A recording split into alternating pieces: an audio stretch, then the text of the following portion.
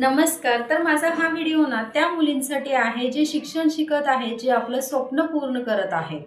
तर तुम्हाला जे काही करायचं आहे ना, तर आत्ताच करा. असा विचार करू नका, की लग्नानंतर आपण जे काही आपले स्वप्न आहे ते पूर्ण करू शकतो. तर कसं असतं ना, मीही असाच विचार केला होता. तर मी असं नाही म्हणणार, की प्रत्येक मुलीच्या बाबतीत असं होतं. पण काही मुलींच्या बाबतीत ना माझ्यासारखं होत असतं. तर मीही विचार केला होता, की लग्नानंतर ना, जे माझं शिक्षण आहे ते मी कंप्लीट करेल. जे काही माझं स्वप्न आहे ते पूर्ण करेल. पण लग्नानंतर ते काही झालं. लग्न झाल्यानंतर ना, मुलं लवकरच झाले आणि मुलं झाल्यानंतर ना, आपल्या जबाबदाऱ्याही खूप वाढत असतात.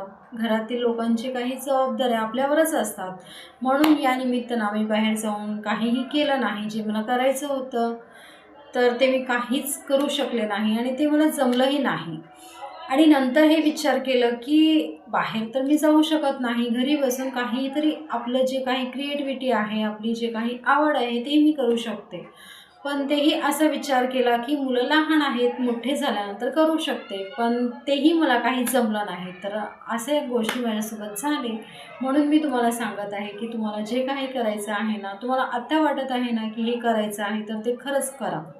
नंतर उद्या-उद्या म्हणत ना, तो उद्याचा दिवस आपल्यासाठी कधीच येत नसतो. तर मी जे चुका केलेत ना, तर तुम्ही करू नका. फक्त मला इतकंच तुम्हाला सांगायचं होतं. बाय.